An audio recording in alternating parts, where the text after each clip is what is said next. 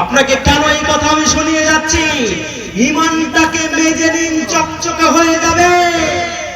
আফ্রিকার জঙ্গলে মুসলমানরা ঢুকেছে ইসলামের দাওয়াত দেওয়ার জন্য, কিন্তু তারা যে কোনো জনবসতিতে গিয়ে আশ্রয় গ্রহণ করবে এরকম জায়গা নয়। জঙ্গলে যখন ঢুকেছে, ঢুকার পর জঙ্গলে যখন দেখেছে হাতি আছে, বাঘ আছে, সাপ আছে, পোকামাকড় আছে, পিছা আছে, তখন তারা শুধু একটাই কথা বলেছিল, we are the companion of prophet Muhammad রাসূলুল্লাহ সাল্লাল্লাহু আলাইহি সাল্লাম। আমরা হচ্ছি মুহাম্মদ রাসূলুল্লাহ সাল্লাল্লাহু আলাইহি সাল্লামের সাহাবী। এই জঙ্গলে এসে আজকের রাতটাতে অবস্থান করছি।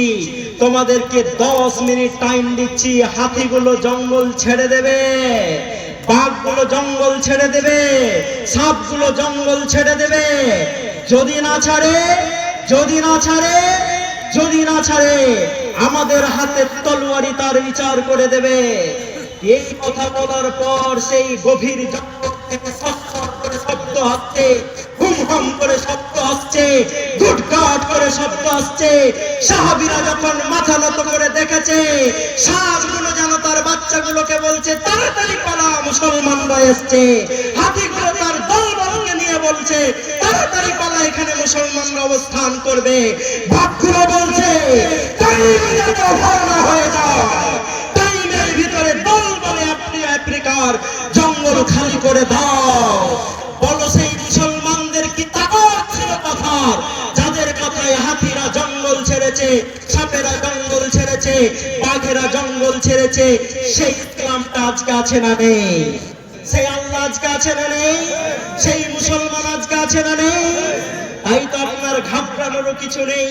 যখন আপনার 42,000 মসজিদ ভাঙার ঘোষণা দেওয়া হয়, তখনই রাশিয়ার প্রেসিডেন্ট সেখানকার মাওলানাদেরকে ডেকে বলেন, হুজুর, রাশিয়ার মাটিতে বেশি করে মসজিদ তৈরি করুন। বলেন নারে তাকবীর।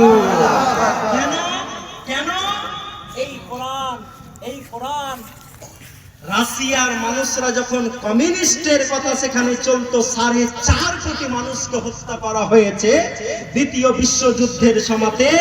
তো ওই সময়তে এত আলেমদেরকে হত্যা করা হয়েছিল আর কোরআনকে শেষ করা হয়েছিল যে মুসলমানরা কোরআন কি জিনিস টাচ করে দেখতে পেত না। এটা জানেন ইতিহাস? জানেন? এগুলো পরে বলবো ইনশাআল্লাহ। তো আবার আমি এখানকার জন্য রিজার্ভ হয়ে গেছি, তো অন্য জায়গায় আমাকে ডাকলেও আমি আসি না।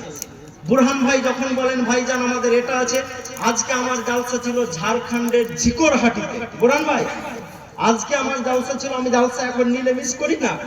হ্যাঁ, আগে যদি চান তো আগে বলিয়ে, না হলে এবার মিস্টেক হয়ে গেছে। হ্যাঁ, সে ডাইরেক্ট কলেজে চলে এসছে, আমি কলেজে নাই, কলেজ থেকে আমাকে ফোন করছে, বলে এই জালসার ডেট লাগবে অনেক আগে। আমি বললাম একটা বক্তা পাঠিয়ে দিব।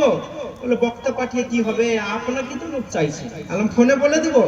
বলছে না, আমরা একটু করে পার করে নেব।